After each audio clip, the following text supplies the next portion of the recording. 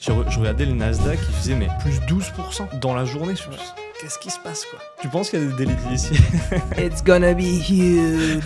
A huge surtax. Bah regarde, en ce moment, n'importe quelle banque, depuis 6 mois, oui, Cyrus, est-ce que vous voudrez peut-être nous aider sur le sujet du stablecoin? Non mec, je sais pas que ça va faire quoi. Non, bien sûr que non. Tout le monde a essayé de défoncer la crypto, et encore surtout le bitcoin. Tout le monde est en train de l'adosser. Ok. Après les autres cryptos, elles sont beaucoup plus volatiles, c'est clair, mais le bitcoin, il est irremplaçable, et il est le roi de tous les portefeuilles aujourd'hui.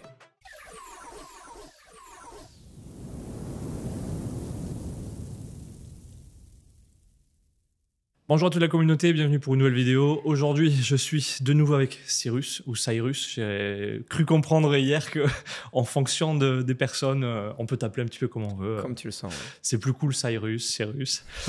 CEO et fondateur de Swissborg. On a déjà fait une vidéo ensemble. Là, c'est l'occasion enfin de la faire vraiment ensemble, face to face, puisque là, on était. Je crois que c'était quoi? C'était il y a peut-être déjà 4-5 mois. Ça passe super vite.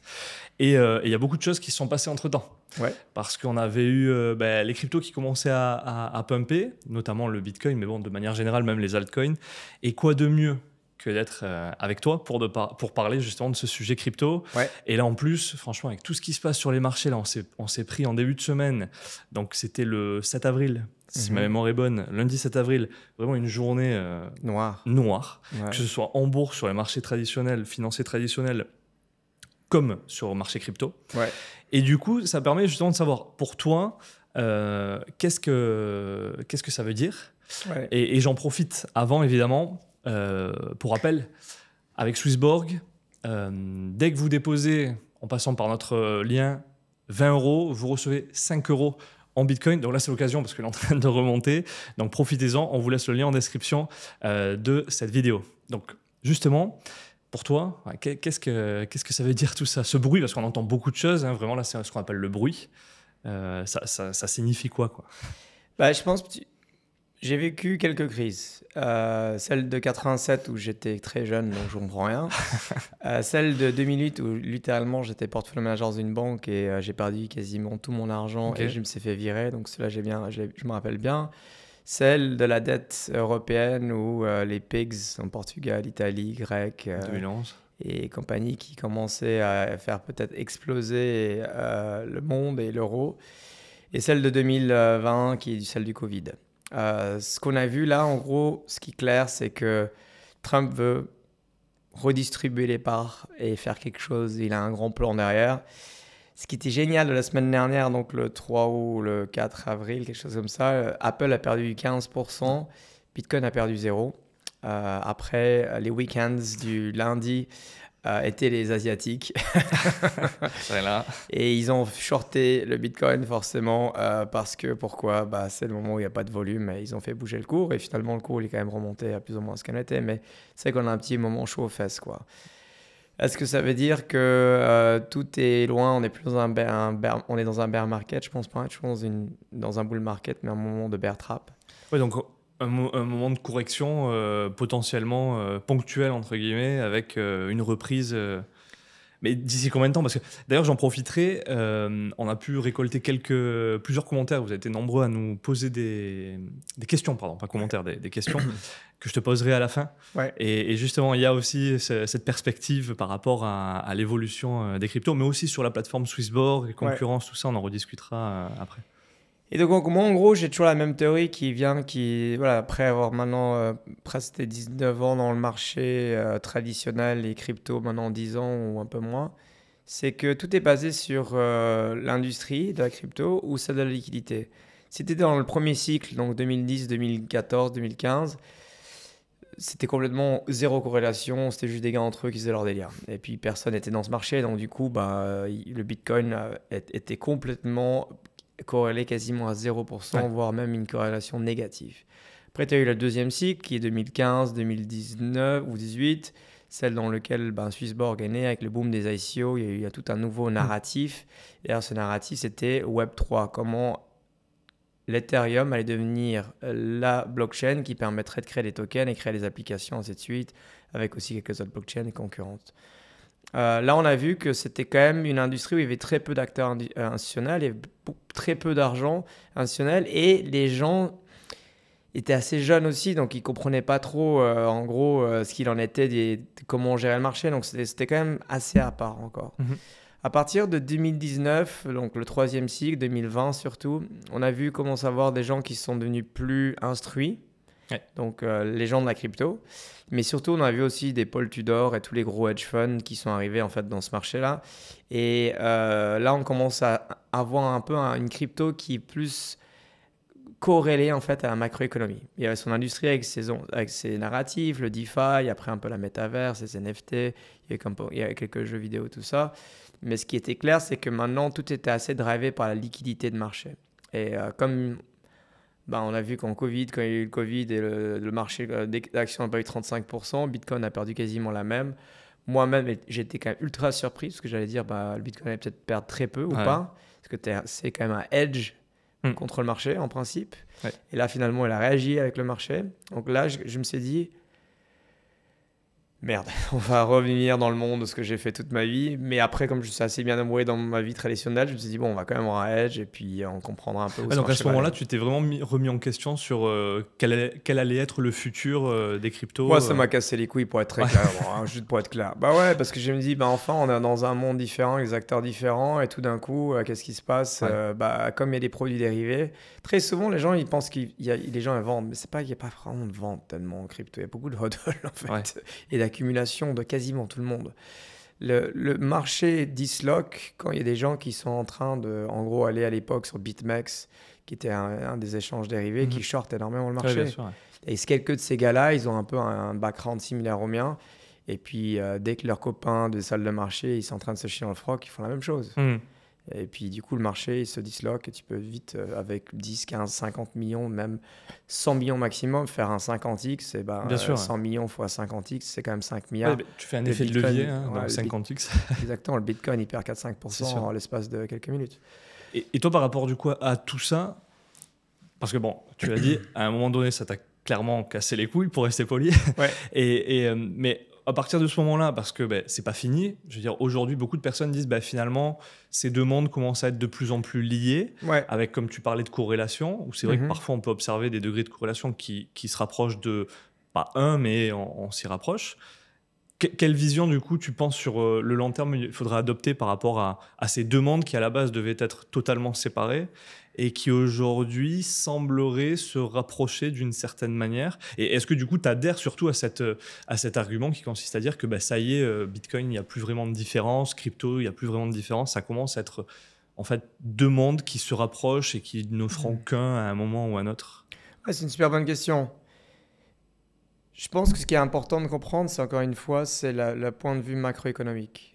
J'ai vu dans l'histoire de mes 20 dernières années dans ma carrière que tu peux avoir un niche sur des secteurs, faire de l'arbitrage, ainsi de suite, mais tôt ou tard, ta stratégie amènera à zéro. Mais ce qu'il faut comprendre, c'est les grandes pensées de courant macroéconomique, comprendre où on en est en fait, et ensuite dire qu'est-ce qu'est les asset classes ou qu'est-ce qu'est l'industrie dans laquelle tu vois il y a du futur et que tu deviens passionné. Et c'est clair et net, si tu fais que de la tech, tu vas gagner. C'est très difficile de voir le monde dire « Ah ouais, non, je pense vraiment que oui, Nestlé, c'est la meilleure action à avoir à long terme parce qu'on va toujours manger. » Ce que tous les Suisses disent. « Ah non, mais l'année dernière, on a payé 35% sur Nestlé. » Oui, tu as un risque vis-à-vis du dollar. Le dollar, les exports n'ont pas très bien marché pour Nestlé. Le titre n'a pas bien marché. Voire dire que le monde va être moins technologiquement avancé dans la suite. C'est difficile. Alors, trouver chaque titre ou chaque crypto, ainsi de suite, c'est un peu difficile. Mais si tu vas, t'achètes du Nasdaq et c'est derrière, tu achètes Bitcoin, Ether, Solana, il y a un peu de Borg pour ça. Tu ne peux pas te tromper, en fait. Et maintenant, de savoir où tu en es et comment tu peux anticiper le marché, de savoir est-ce que on est dans un bear market, un bull market, ça revient à ce que je disais. Le Bitcoin va jusqu'à 5000 balles en 2020. Après, qu'est-ce qui se passe? Tout le monde dit que c'est la fin du monde, à part finalement Trump. C'était le seul qui disait le Covid, c'est pas très grave. Mais tous les autres ont dit non, on va tous mourir. Ok, bon, bah écoute. Ce serait un nouveau monde. Exact, tout ça, on va tous mourir, bref. Et surtout la France, d'ailleurs, qui était très très mauvais à gérer cette gestion de crise ultra nulle. Et l'Allemagne, j'en parle même pas. La Suisse, on a ultra bien géré le truc, par contre. La Corée du Sud, incroyable comment ils ont géré le truc. Ah, incroyable. Ils étaient même pas confinés. Ouais, bah la Suisse, non, Ouais, pas vraiment. pareil. Quoi. Ouais, non. Après, on ne travaillait pas des bureaux, mais c'était pas confiné en fait. Tu sais ce que tu voulais, tu voulais juste respecter un nombre de personnes potentielles. Mais... Non, ici, il fallait vraiment avoir fallait pouvoir avoir son attestation pour se déplacer à un rayon de X kilomètres. J'étais là à Chamonix et puis c'était horrible. J'avais l'impression que j'étais fliqué, c'était horrible. J'étais. Ouais, comme en Chine, là, tu sais, les trucs de... Ah, le crédit social. Crédit social. Nous, on était en Chine, petit aparté, à Pékin. Putain, sur la place de Tiananmen, donc quand t'es dans le centre, t'as un checkpoint tous les 200 mètres, tu vois les caméras, c'est vraiment... C'est horrible. Tendu, avec des walk of shame, avec les vidéos, bref. Mais pour revenir de savoir où t'en es, en fait, il faut toujours regarder sur la liquidité. Il faut comprendre le marché financier comme un bar. Il y a plein de danseurs qui sont des portfolio managers, des investisseurs, des personnes comme nous.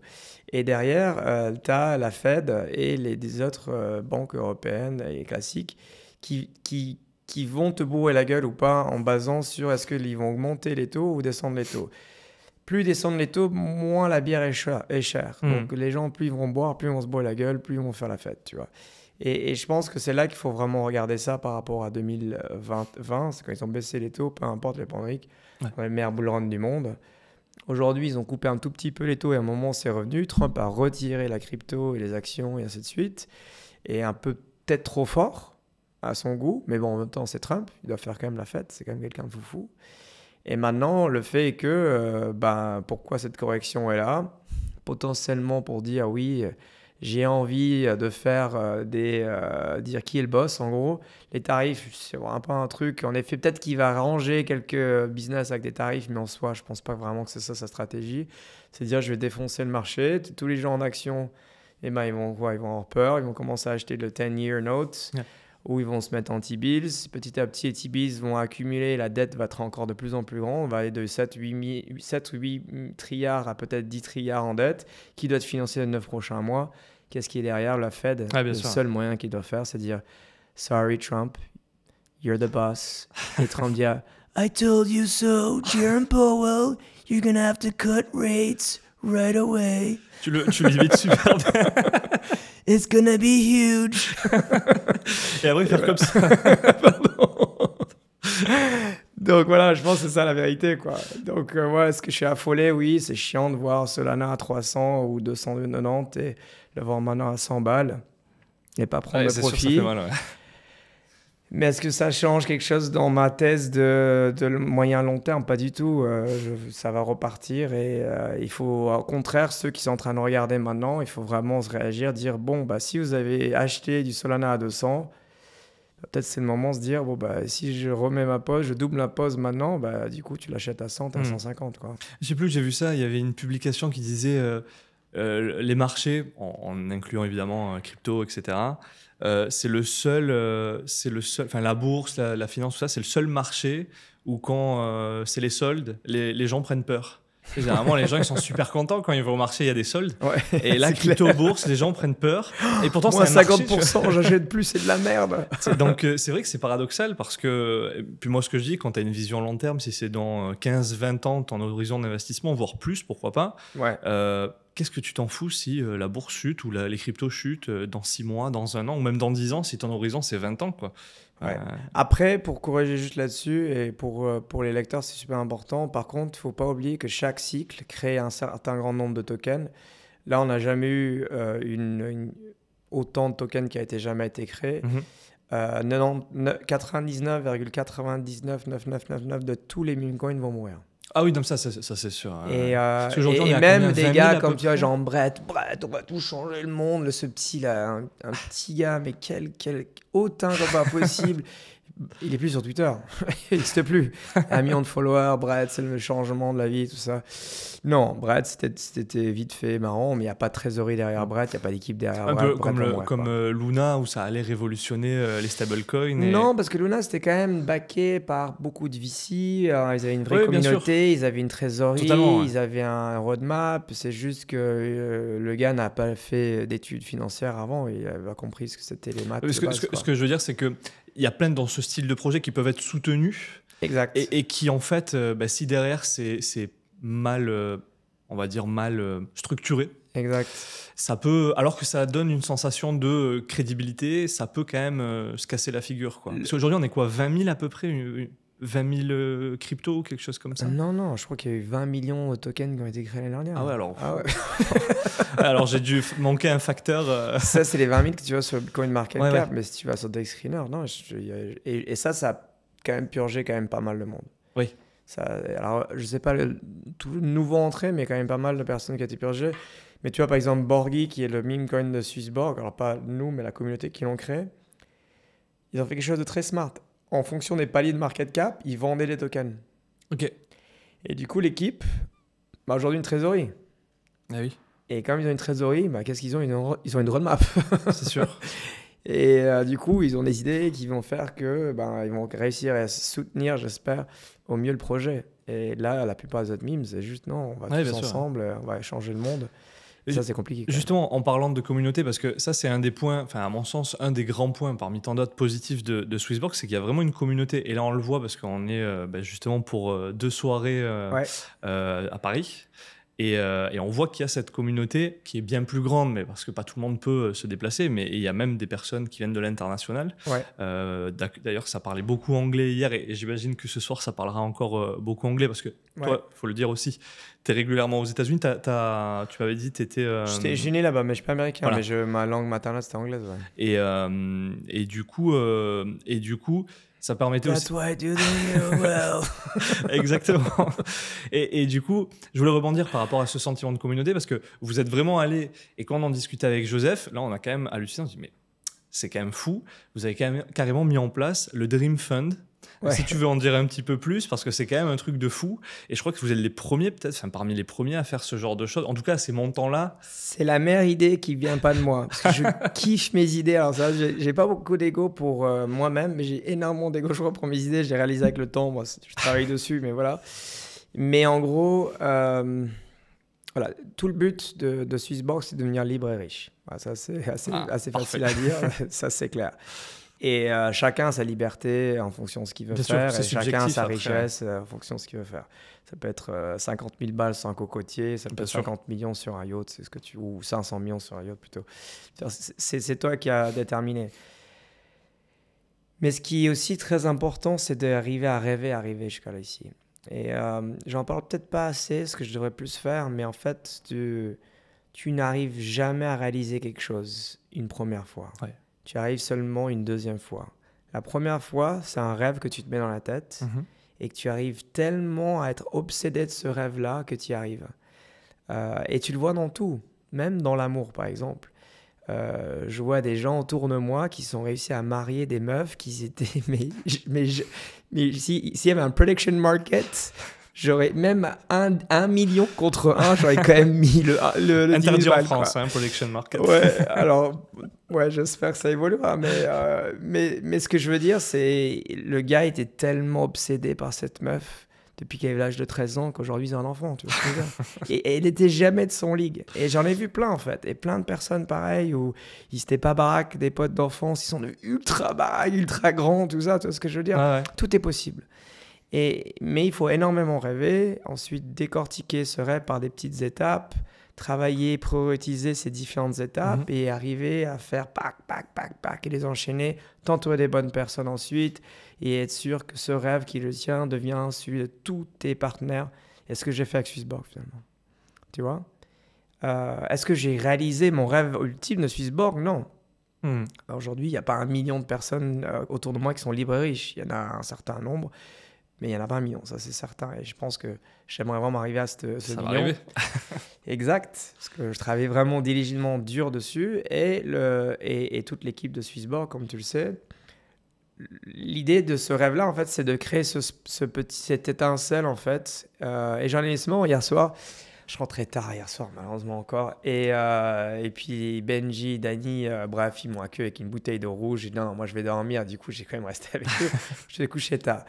Et j'ai vu une meuf sur Instagram qui, par rapport à ce Dream Fund, qui a fait voilà, je suis une bijoutière, nanana, qui avait l'air d'être d'origine métissée, Ouais. peut-être, je sais pas, peut-être séfarade, peut-être marocaine, quelque chose, ou libanaise, ou quelque chose.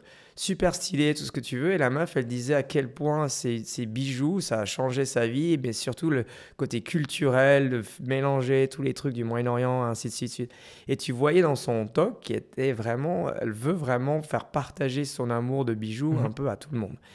Et ça peut être ça, mais ça peut être ce que tu veux finalement. Et du coup, l'idée, c'était de dire, OK, si on arrive à transmettre ce rêve, les gens arrivent à réaliser où ils veulent aller, pourquoi pas créer une compétition ultra saine? Tu as des milliers de personnes qui vont dire que c'est leur rêve qui est basé sur l'amour, un rêve qui est basé sur le voyage et un qui est complètement ce qu'ils veulent, quoi. Il n'y a pas de règle. Et dire, bah, nous, on va tout faire pour que vous réalisez vos rêves. Après, la communauté va voter et va dire, bon, quels sont les 3 meilleurs rêves qu'on aime. Et après, on essaie de pousser ce rêve à fond la caisse. Et les gens, de base, ils vont gagner 10 000 balles, ce qui se passe si mal. C'est pas ça qui va faire que ton rêve va se réaliser, mais c'est le premier tremplin, ou peut-être le deuxième tremplin, ou le troisième tremplin, ou l'échelle qui va permettre d'arriver à l'étape d'après. Et puis Swissborg, après, on veut utiliser ces personnes-là en tant qu'ambassadeurs pour suivre leurs rêves et continuer, faire des saisons 2, 3, où là, peut-être c'est plus 10 000, mais c'est 100 000, et je sais pas, à la fin, c'est 1 million, 10 millions, peu importe. Ce serait incroyable. Et vraiment continuer ça, parce qu'en fait, dans la crypto, les gens ne réalisent pas que tu peux devenir libre, riche, indépendant financièrement et que tu fais ça à travers une communauté qui we're all gonna make it out. We're all gonna make it together. Et c'est ça qui est la différence de la finance que moi j'étais, c'est je vais gagner pognon et toi tu vas en perdre. Ouais. C'est en gros ce que tu gagnes pas, c'est pour moi, quoi. Ouais. C'est à somme Nulle, ouais, somme exact, nulle, ouais. ouais. Et là, au contraire, tu as envie de faire grandir tout le monde ensemble. Et c'est beaucoup plus... Et pas dire c'est du socialisme de merde, hein, qu'on soit juste clair, quoi. Mais c'est pas du ultra-capitalisme de plus, de dire je suis le meilleur, t'es une merde. Ouais, bien sûr. Non, c'est une méritocratie dans laquelle tu as envie de faire grandir les gens avec D'une toi. manière générale, ouais. Et les gens qui valent la peine. Ceux qui ne valent pas la peine, juste dire je veux 10 000 balles pour mon rêve. Ouais, écoute, quoi.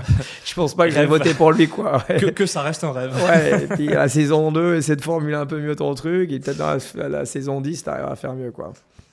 Ok, donc en gros, pour résumer, il y a 3 grandes catégories, comme tu disais, hein, voyage, amour ou un autre. Ça peut être un projet entrepreneurial ou autre.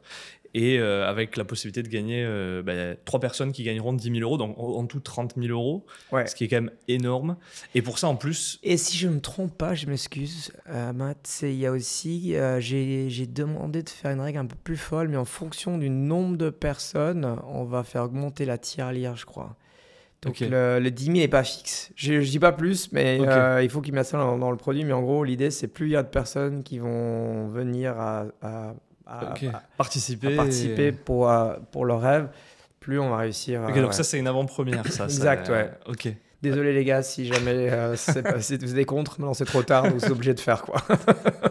Donc c'est quand même incroyable. Et qui plus est, ça demande aucune condition, entre guillemets, si ce n'est évidemment s'inscrire, parce que c'est Swissborg qui le propose, donc créer son compte sur Swissborg, et en plus, ils reçoivent, s'ils passent par notre lien, ils reçoivent en plus une somme déjà assurée en déposant, et après, juste décrire le rêve, le soumettre, et puis après, je crois que c'est en juin où ça va commencer à être voté, et c'est la communauté. C'est pour ça que quand tu parlais de communauté, avec la création du token, vraiment, ça me fait penser, c'est dans la continuité, ce Dream Fund, de ce sentiment de communauté. Et c'est ça qui est quand même assez incroyable chez Swissborg, quoi.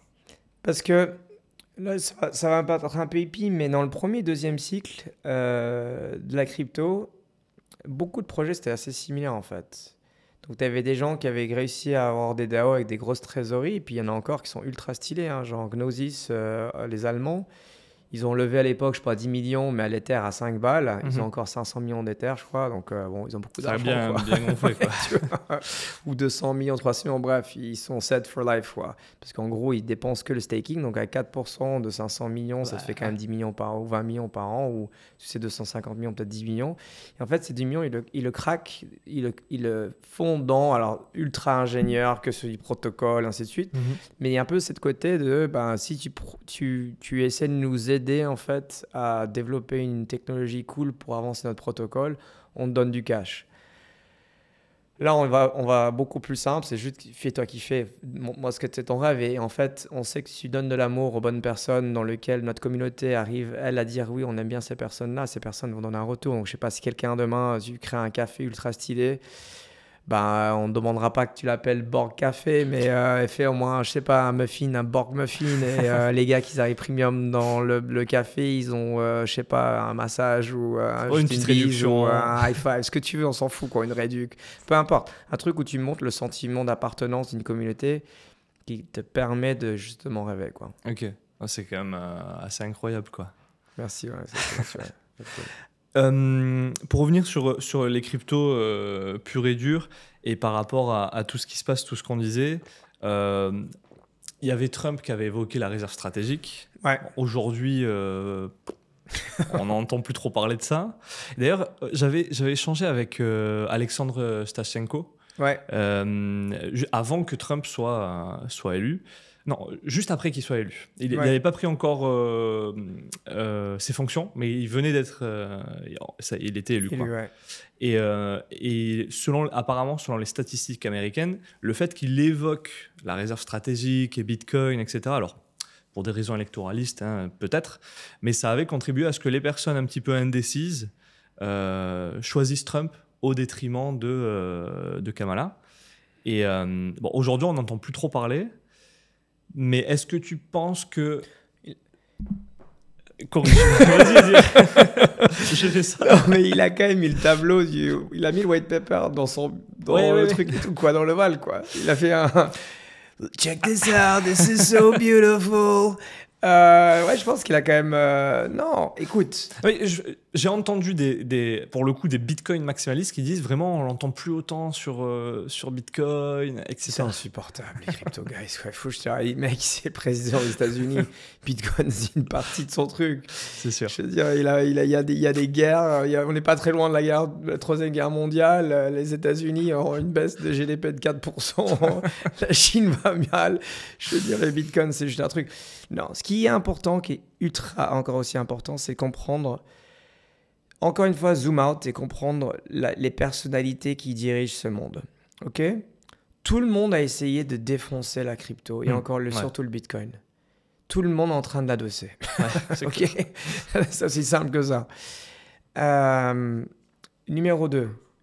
Trump, c'est une personne qui a fait fortune dans l'immobilier new-yorkais.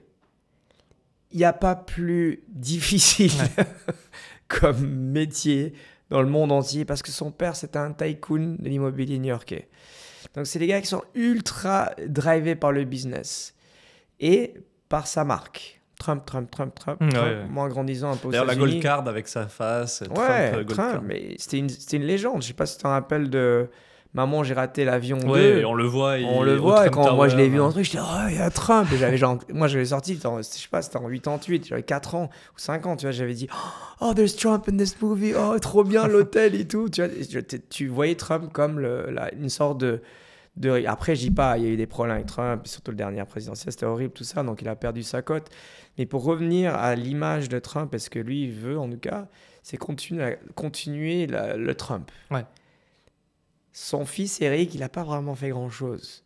Maintenant, il a lancé sa DAO avec Liberty Financial, tout ça qui est 100% crypto. Son fils fait que des meme coins et des NFT. Donc, je veux dire ça. Si tes deux fils sont à bloc dans quelque chose et qu'il a quand même tous ses potes et ses conseillers autour de lui qui ont des cryptos, tu crois que le truc va pas pump, quoi.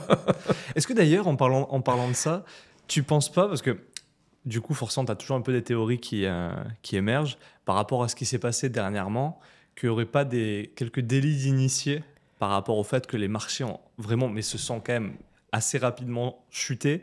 Et là, puis ils ont pumpé, je crois que c'était hier, je regardais le Nasdaq, il faisait mais plus 12% dans la journée. Je me suis dit, qu'est-ce qui se passe, quoi? Tu penses qu'il y a des délits d'initiés? It's gonna be huge. Ouais, c'est ce qu'il dit, le deuxième truc qui est extraordinaire. You're gonna hate of winning too much with me. Écoute, le gars, il est complètement fou, on le sait, quoi. Est-ce qu'il a un plan, je pense? Est-ce qu'il arrive à être contrôlé? Non. Et ce qui est bien, c'est qu'il a plus Twitter. Ça, au moins, c'est cool, tu vois. Donc, ouais, du coup, il se fait repartager sur ouais, Truth. mais du coup, je pense pas tout. Et il y a quand même un gars qui manage les deux. Il est complètement ADD, ce gars. Donc, il est très émotionnel. Il fait plein de trucs. Est-ce qu'il en fait profiter autour de lui des personnes? Je pense pas que c'est le gars qui va dire à tout le monde just go by. Si quelqu'un lui pose une question, j'imagine que les gens autour de lui arrivent potentiellement. Mais en même temps, c'est tellement difficile à l'anticiper aussi. Ouais, c'est sûr. Le gars que tout le monde disait, ouais, t'as vu, c'est le fils de Trump qui arrête pas. Le gars, il a perdu aussi plein d'argent sur le marché. Tu vois. Sûr, ouais. Si tu suis, on parle toujours. En fait, ce qui serait, c'est clair, on parle toujours des winning bets des personnes. On parle jamais des losing bets. Ouais. Et ce wallet-là, si tu le monitores, il fait des trucs grandioses et des trucs qu'il fait pas du tout bien. Ouais. Il n'y a jamais de grand tweet quand il fait des trucs pas bien. Donc, est-ce qu'il a des gens autour de lui qui en profitent potentiellement? En tout cas, par rapport à... Comment s'appelait la meuf là qui a commencé avec 200 000 de salaire, qui est à la Maison Blanche et maintenant elle est à... Penny truc, il y a 250 millions en stock, elle a acheté Nvidia, elle a acheté tous les trucs toujours avant là. J'ai plus le Je nom. pense elle, c'est beaucoup plus sale. Ouais. Mais t'avais aussi, je crois que c'est Nancy Pelosi. Nancy, voilà, pas Nancy Pelosi. Nancy, ça. Nancy, ouais. Elle, tu regardes, t'as carrément un tracker. C'est le meilleur fan de l'histoire. Tu dis, elle défonce mais tout le monde depuis des années. C'est quand même bizarre. Donc voilà, il y a des gens plus sales. Ouais. Et lui, j'imagine qu'il je sais pas, non, ça. Tu sais. Ouais. Par rapport du coup, parce que là, franchement, on voit la volatilité qui est quand même énorme. Et je pense que ce soit les marchés, mais surtout les cryptos, parce qu'il y a toujours un petit effet où c'est décuplé, on va dire, par rapport au marché financier traditionnel. C'est qu'il y a encore plein de personnes qui trouvent que c'est trop spéculatif ou que c'est un marché spéculatif. Le S&P, il a perdu 4%, après il a pris 12% avant-hier. Hein, quand même. Ouais. Juste sur une base de quelque chose qui était faux, qui était vrai, mais après qui était faux, qui finalement était vrai. Donc en gros, non, tous les marchés sont spéculatifs. Ouais. Aujourd'hui, ce qui est certain, c'est que les gens sont drivés par beaucoup d'algo. Ouais. Et un du cancer qui est venu sur ce marché, c'est malheureusement typique...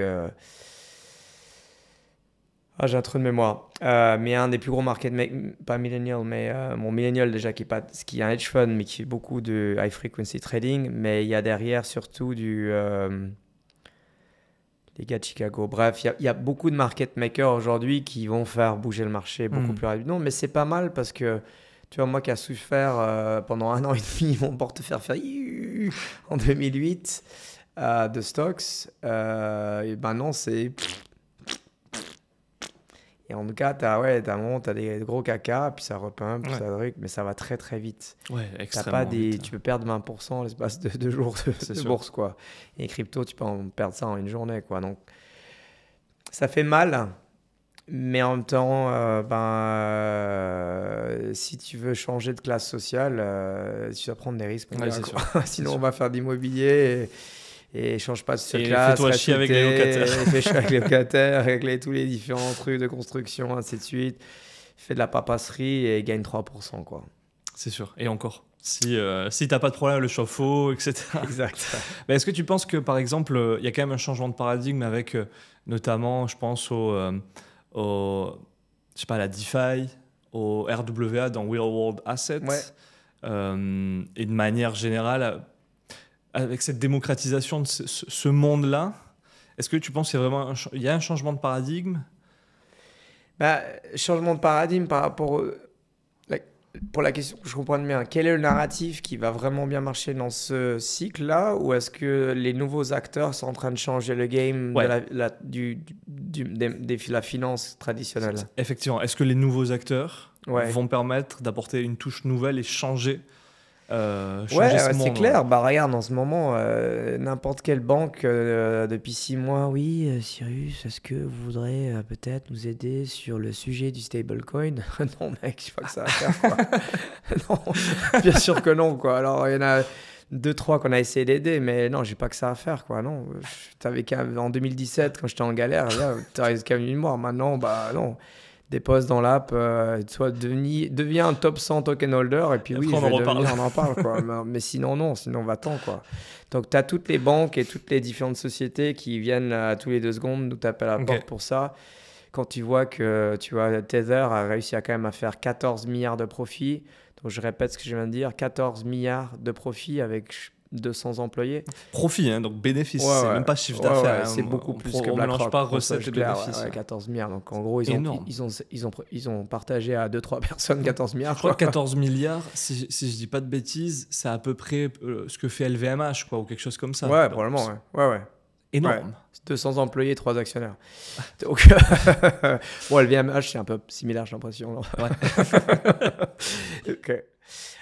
Mais juste pour finir là-dessus, ben, donc tu as clair et net cette nouvelle tendance de dire, OK, où est le futur de l'argent? En stablecoin, bah, tu as quand même tout l'argent qui est en train de faire derrière. Mais derrière, tu as les T-bills qui viennent des money market funds et tu as Securitize Ouais. maintenant qui dit, mais attends, investis dans mon fonds et moi, je peux tokeniser mon fonds et tu peux faire du rendement sur les T-bills, mais utiliser en fait comme collatéral ce T-bills. Hmm. Et après, donc, j'étais avec l'un des CPO avant-hier.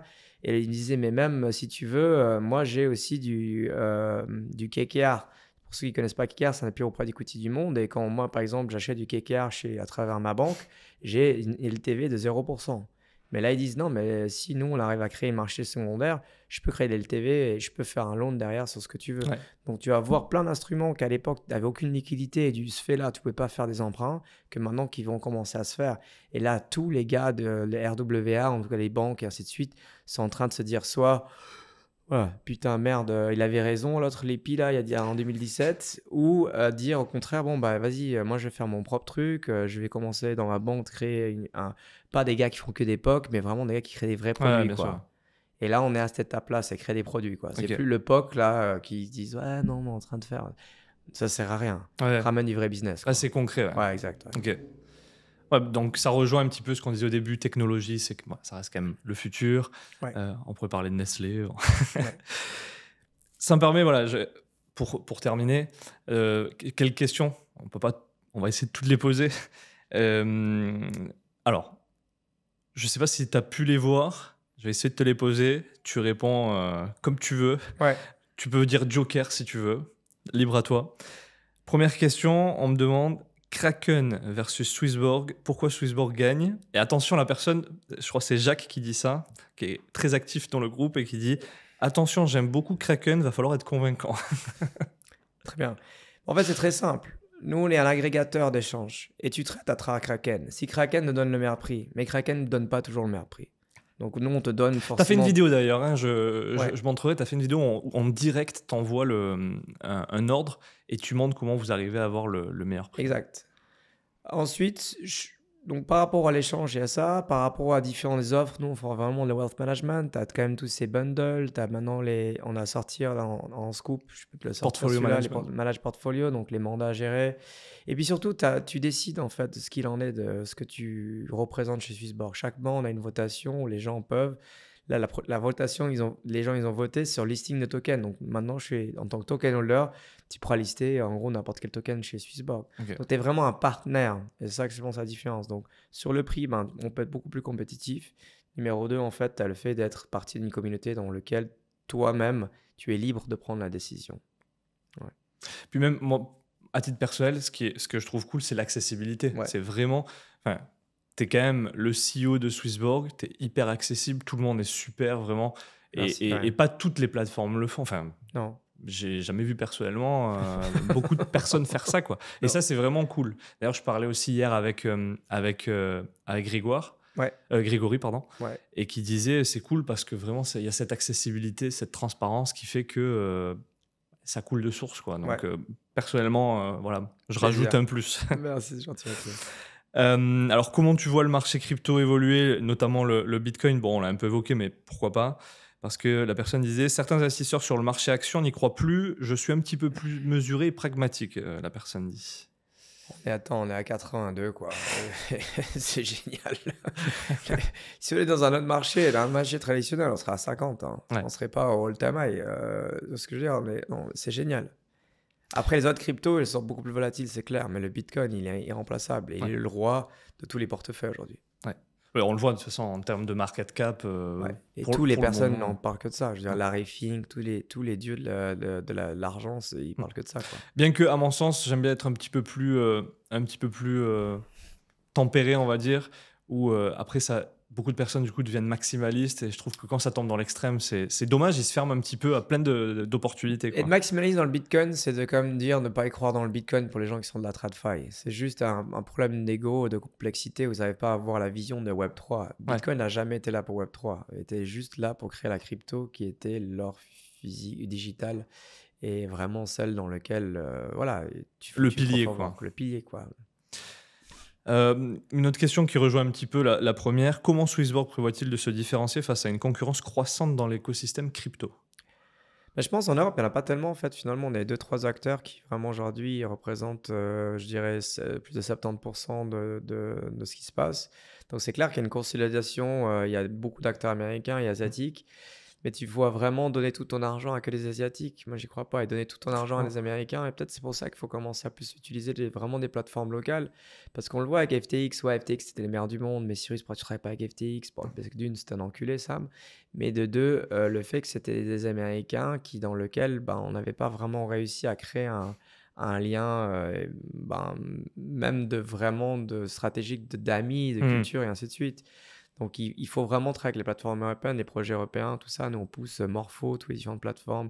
Camino, c'est européen. Aave, c'est Ouais. américain. On travaille avec beaucoup de protocoles, en fait, DeFi qui sont européens parce qu'on a une confiance en eux et on a un mindset similaire, en fait. Ok. Autre question qui est aussi un petit peu dans la continuité, comment Swissborg compte devenir numéro 1 et battre les meilleurs et ont-ils des accréditations style AMF ou autre? La personne, ça, je pense, elle a besoin d'être rassurée. Ouais, c'est une très bonne question. Je pense que ce qui est clair, c'est qu'aujourd'hui, l'Absan, on était plusieurs à l'avoir. Mika, on va de quasiment personne. J'ai voulu comprendre quoi. Mais nous, je suis très confiant qu'on va l'avoir. Bien sûr, ça prend du temps et l'AMF fait son travail juste. Alors, bien sûr, Malte et d'autres gouvernements, ils ont dit oh, vas-y, c'est bon, on les donne. La France, non, ils ont bien raison. C'est quand même, on est en train de confier les acteurs de demain numérique, c'est les banques de demain ou c'est des institutions financières de demain. Et pour faire partie de ces listes de projets ultra solides, il faut les meilleurs. Et il y avoir une conciliation qui va être claire.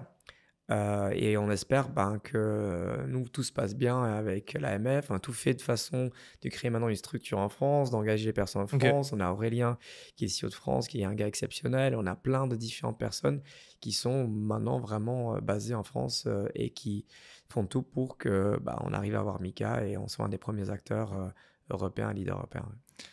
Autre question, est-ce que Swissborg envoie des IFU chaque année à ses clients, donc imprimé fiscal unique, notamment pour les Français, tu sais, quand on a des plus-values ou autres qu'on doit déclarer. Aujourd'hui, sur, je sais pas moi, une plateforme, moi j'utilise pour la bourse, par exemple, Bourse Direct, on reçoit un IFU, donc l'imprimé fiscal unique, où on va avoir la déclaration des plus-values, moins-values à déclarer directement pour faciliter un petit peu. Tu peux tout avoir en PDF ou en CSV ou tu peux uploader directement avec plein de différents partenaires avec qui on travaille. Je sais que c'est ultra facile, mais directement non, mais ça coûte pas trop, non, ça coûte quasiment rien. Puis tu as juste besoin d'uploader ton CSV, quoi. Donc c'est super bien fait. Pour les Suisses, c'est instantané. Je sais que l'équipe avait je n'ai pas envie d'avancer le truc qui n'est pas encore défini, mais je sais que cette question a déjà été posée plusieurs fois pour nos amis anglais, belges et français. Et c'était cela qu'on était en train de regarder comment on pourrait faire. Maintenant, aujourd'hui, c'est un peu plus facile qu'à l'époque avec l'AI et compagnie. Donc, je ne sais pas quand on va sortir la solution, mais on a plein de partenaires qui font ça très bien. Dernière question, il y a une personne qui demande à quand le yield sur BTC sur Swissborg? On en a eu un avec des loans à travers Morpho. On avait aussi fait un qui était assez cool avec Blockgreen, qui c'est du mining vert. C'est toujours sur le Bitcoin, il faut comprendre que dans le DeFi, c'est pas celui qui est le plus représenté, il y a quasiment rien. Quoi. Et des fois, il y a un risque assez énorme sur un asset qui a moins de risque par rapport aux autres. Donc nous, on doit toujours s'assurer que si on fait ça, c'est vraiment du solide, du solide, du solide. Puis on a offert du 4-5% là-dessus. Et ceux qui aujourd'hui, c'est à travers Lombard et ainsi de suite. Donc c'est Morpho qui farm des points sur d'autres différents projets crypto qui sont ultra solides. Et derrière, les gars, ils vont avoir des rewards hein, vraiment, vraiment cool. Après, voilà, on n'a pas voulu me faire une taille énorme. Je pense qu'on a fait 15, 20 millions là-dessus. Peut-être qu'on aura de nouveau ces alpha rewards qui pourront justement... ce qui est assez cool de voir, c'est sur Avalanche, il y a pas mal de trucs, comme on a fait pas mal de decks avec eux. Je ne vais pas me dire ce qu'on va faire en avance, mais il y a quand même quelque chose de cool. Et je peux l'annoncer, parce que je vais lancer exactement maintenant, dans une demi-heure, parce que je suis en retard, qu'on est en train d'intégrer Berachain. Ça, c'est le scoop d'aujourd'hui. Et Berachain, il y a aussi des trucs assez cool à faire avec le BTC. Et je ne peux pas en dire plus. Bon, plein de bonnes nouvelles à venir. Et nous, on va pouvoir le savoir du coup tout à l'heure. En tout cas, merci beaucoup. Pour rappel, on vous laisse le lien en description de la vidéo. Vous déposez seulement 20 €, vous avez 5 € offerts à l'ouverture du compte. Évidemment, à minima, participer au Dream Fund, parce que là, c'est vraiment, ça coûte rien du tout. C'est simplement ouvrir votre compte, puis déposer votre rêve. Et puis, on verra bien qui sera le grand gagnant. Et puis, on pourra peut-être refaire une vidéo et pouvoir l'annoncer et voir quelles sont les personnes qui en ont profité. Ouais. En tout cas, merci beaucoup. Merci à toi, Mathieu. Et puis, on se dit à une prochaine vidéo. À bientôt. Ciao. Ciao. Ciao, les gars.